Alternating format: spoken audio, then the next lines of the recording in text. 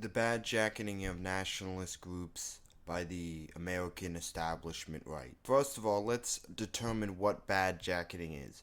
Bad jacketing is a technique used by the FBI to sow doubt amongst groups of people of the authenticity of a group of individuals or an individual themselves. All being said, I would never expect the conservative establishment to start adopting a tactic used by the FBI to discredit groups to the right such as Patriot Front and Alien Freedom Network. First thing we need to do is dispel this myth that Patriot Front is run by federal informants.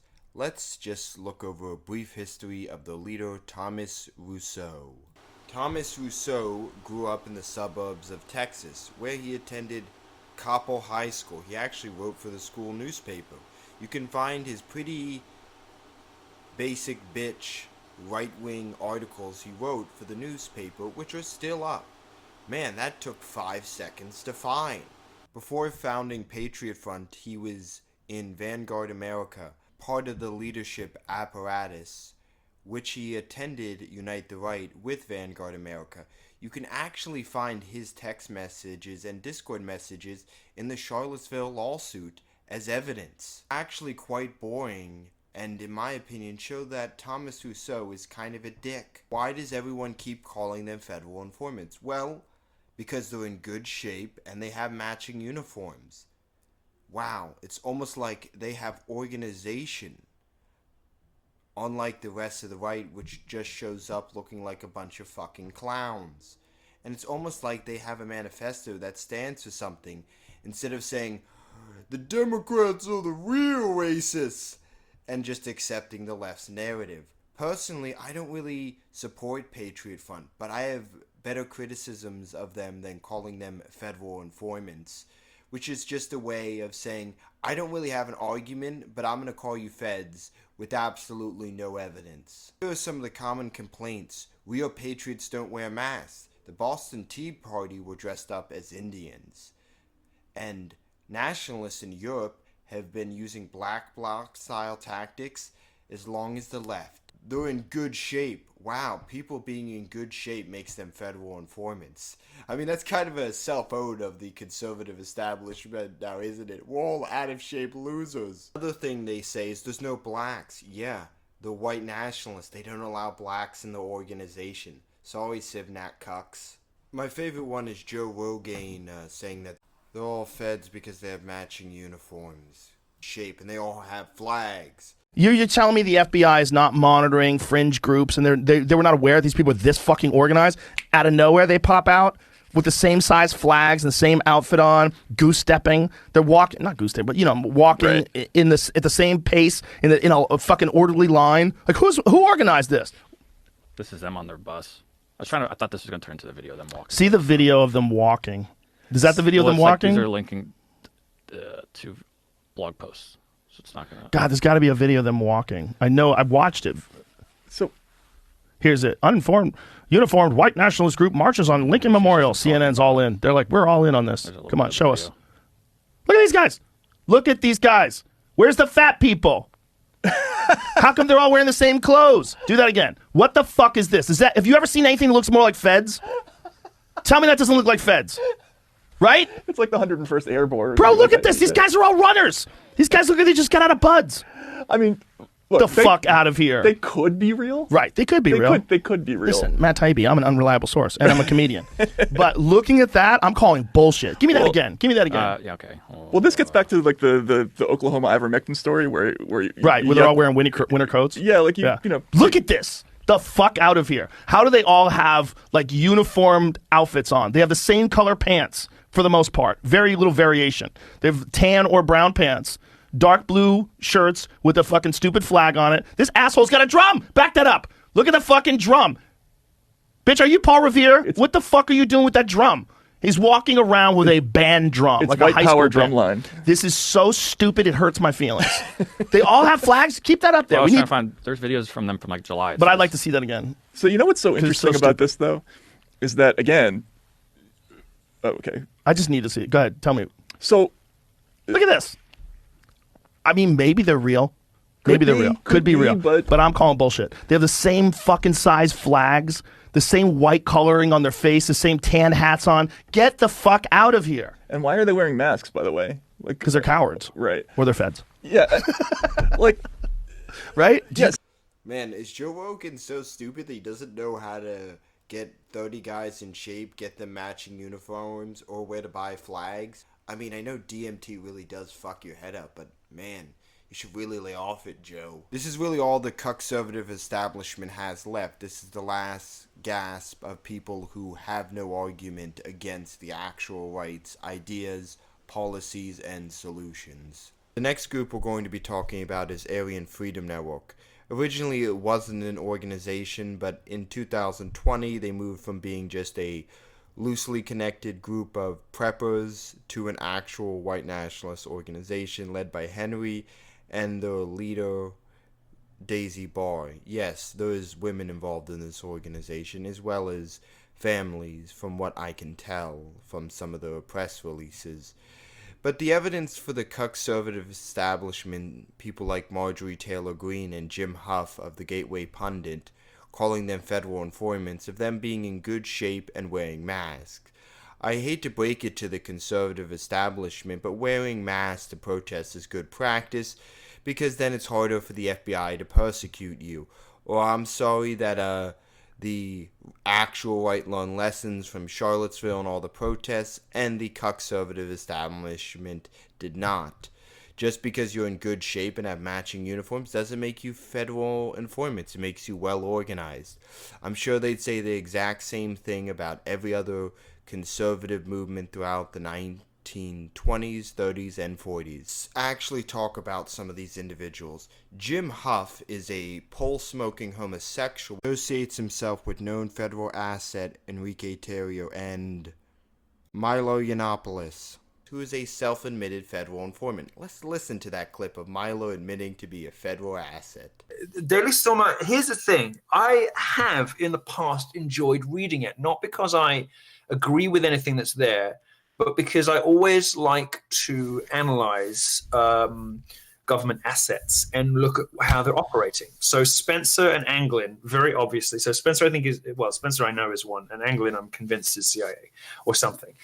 Is these sites are operated by the government as honeypots, right? So they collect all the IP addresses of the people who visit, especially the people who are posting regularly on the forums. They know who all of the regulars and the enthusiasts are, and also all the stuff they've been saying.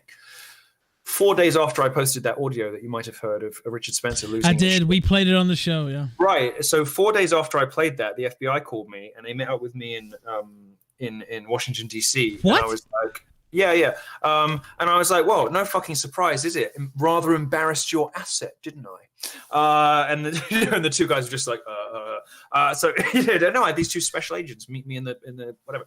So I know beyond reasonable doubt that Spencer is a government asset, but I do sometimes dip into these things because I find it interesting how the government works when it's operating in these quote unquote extremist or far whatever environments.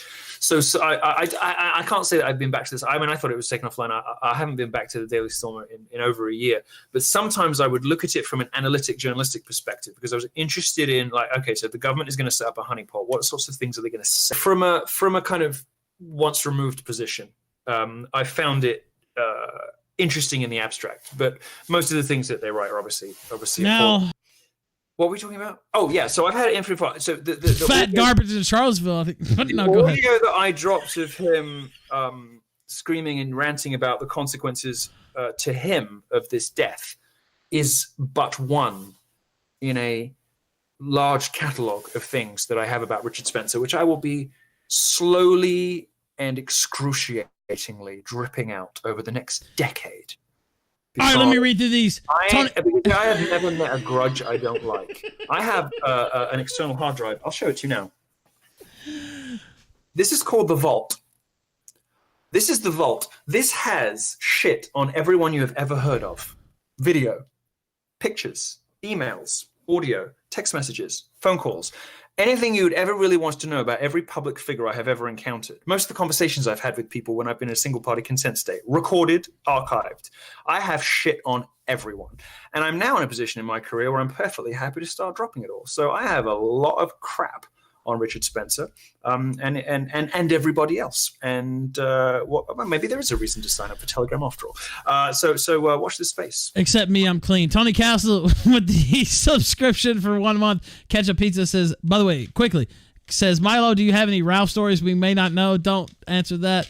Okay. Yiggs Gallo says, elaborate on Spencer being a Fed asset. I think we we've covered that. The answer was watch this space. Yeah, we covered that. Tony Castle says, calls England a Fed asset, and in the same sentence, he admits to meeting with feds in D.C. What the fuck? Meeting law enforcement doesn't make you law enforcement. If the FBI calls you and says, we'd like to meet you, you are typically advised to comply. Whether you take lawyers with you or not is up to you. But admitting to meeting law enforcement is not a sin and is not evidence of anything. Very often, victims of crimes have to meet with the FBI, with law enforcement. I met with law enforcement because I embarrassed one of their assets. And I don't know how much I can stress this. You never talk to the FBI, because if you lie even about the smallest detail to the Federal Bureau of Investigations, they can put you in prison, and now they got you on actual charges. You never talk to the cops either. So Milo admitting, oh, I just casually talked to the FBI and met with them on several occasions. Wow, Milo seems to either be really stupid or an FBI informant. Here's actually a good video on the subject of why you never talk to the cops at all about anything. Because you want to know what you say to the FBI if they come to your door and you're a political dissident? You say nothing. You don't even answer the door. And if they continuously stand there, your best option is just to call the cops and saying there's two mysterious strangers on my porch and I think they might be trespassing, and then they'll just get arrested for trespassing. But don't take what I say 100% to heart, because I am not a lawyer. You should consult a lawyer, however, on the subject. Here's actually a good video I like to show people before they ever do political activism. It is a talk done by a lawyer and a cop. Oh, 38, 40, because you want to be kind of honest even though you're doing 50. You just said 38, 40. You just admitted to breaking the law. You just confessed. So they can go to court with that, with a confession that you were exceeding the speed limit. Okay, so you need to think about those things, and when you do become defense attorneys, which I may, who knows, you need to think about those things for your clients. The other thing you need to think about your clients, and this is going to seem very terse, people are stupid. Your clients are stupid. And I've had defense attorneys come up to me. Matter of fact, one on a motion to suppress just Tuesday come up to me and tell me his client was stupid. Okay? They're very straightforward. They do foolish things. They talk to the police. You guys need to be aware of that. Now, in my past, and it wasn't exaggerated, I have interviewed thousands of people. I've arrested and dealt with over 1,000 felonies. Well, actually, more than 1,000 felonies. Probably about 20, or no, about 1,000 felonies, 2,500 misdemeanors. 98% of them conviction rate. 80% of them I don't even have to go to court. Why? Because there's confessions. Because they confess. So these people have no problem. The hardened criminals have no problem talking to the police. People like to tell their story. And they'll sit in that room and think about it. You're picked up by the police. You're in a little room. There's one chair here. There's a desk. There's another chair. What's the thing you want the most right at that point? To get out of that room. To be out of that room. Think the police officer's shift is ending in 15 minutes. Does a police officer want to get out of that room? My overtime rate's $58 an hour. Do I want to get out of that room? I have no problem. I'll stay there for 10 hours. I'll take that $600.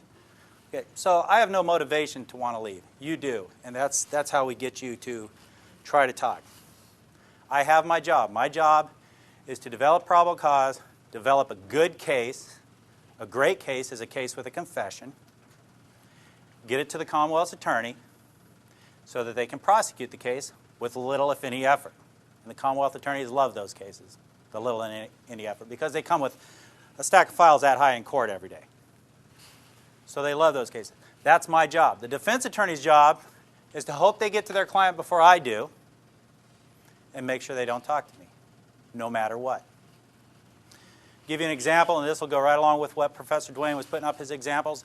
I had an interview that went something like this. Were you involved in the burglaries? No, I had nothing to do with them. You didn't have anything to do with them? No. You were in a car with all this stolen stuff in it? You had nothing to do about it? No. You knew it was there? Yeah. Okay, now we got possession of stolen property, felony, okay? But you had nothing to do with it? No. So what did you need the money for? Well, I had to pay some of my court costs from another thing I got in trouble for. Oh, so he took the money from stealing the stuff. I have enough to charge him now with burglary. Simple as that. Well, did you see the picture on that camera of the house with the Christmas decorations? This is a real case scenario.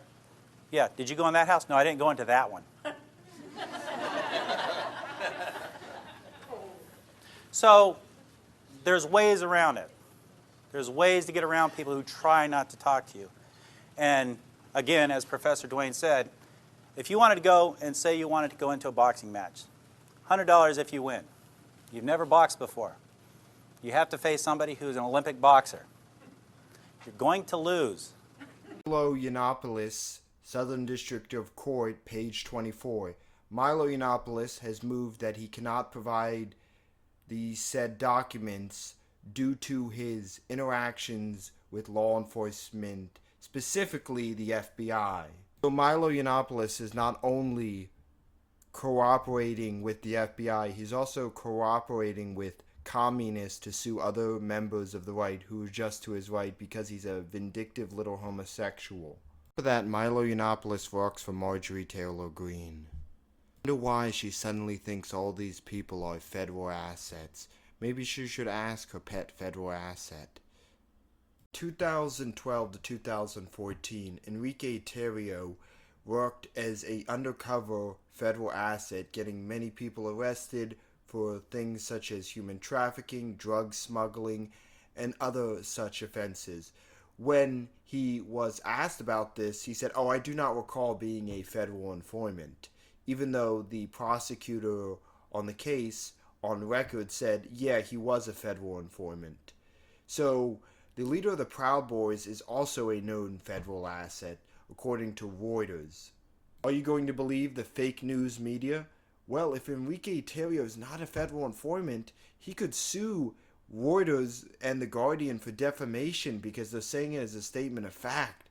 But it's true, so he would have absolutely no case. It's weird. The Proud Boys keep accusing other people of being feds and Fed infiltrators when their leader is an actual undercover federal informant. Insist, guys, he's totally not a federal informant and would never rat on people again to get his prison sentence reduced. Guys, trust him. This time he's totally not ratting on people to the FBI. Reason other than that, they're to the right of the Proud Boys. They unmask them, but hilariously failed to dox them and dox the completely wrong person, but we'll get to that in a minute. I just find it interesting that these people act in the exact same fashion as Antifa to people to the right. Roll that clip real quick. Get the fuck out of here! Get the fuck out of here! Back up! Back up! Get out of here! Get the fuck out! Go! You too! Hold on! Go! Get the fuck out! Be gone, bitch!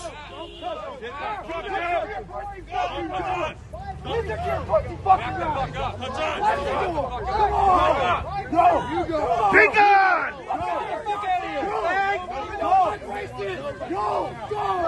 Go! Fucking racist motherfucker! Casey, you're a faggot, dude!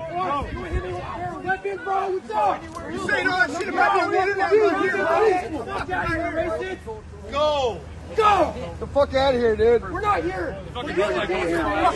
You know! Get the fuck out of here! Get the fuck out! Go! Go! Go, bitches! Go! Go, bitches! Go, bitches! He didn't talk. I'm gonna fuck you up! Fucking time! Calling everybody! Get the fuck out of here! Get him! Get him!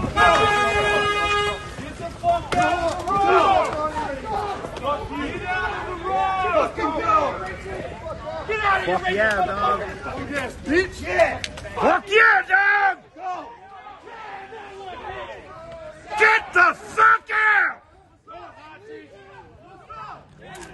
Get the mask. Go. T-Mask. T-Mask. Yeah. T-Mask. T-Mask. The way you talked about my brother is fucking disgusting. You do not talk to me. T-Mask.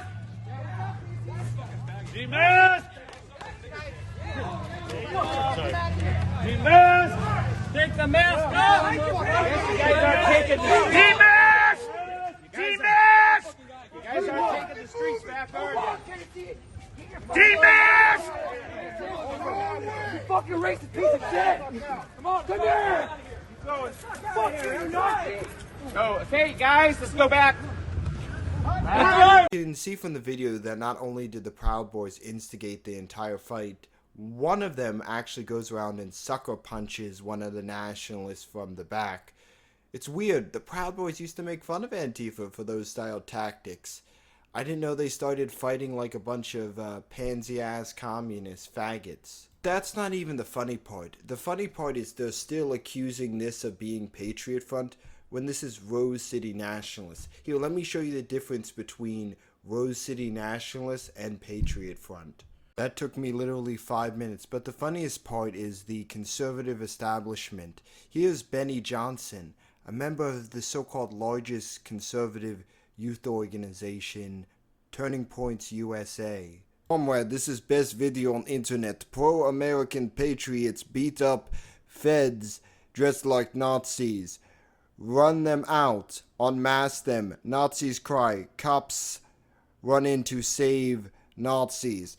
And against Nazis and glorious conservative movement. We are not totally subversive weirdo homosexual Benny Johnson. Even if this is totally not federal informant and we just committed a felony, that is fine. These racist punks have no business in the conservative movement.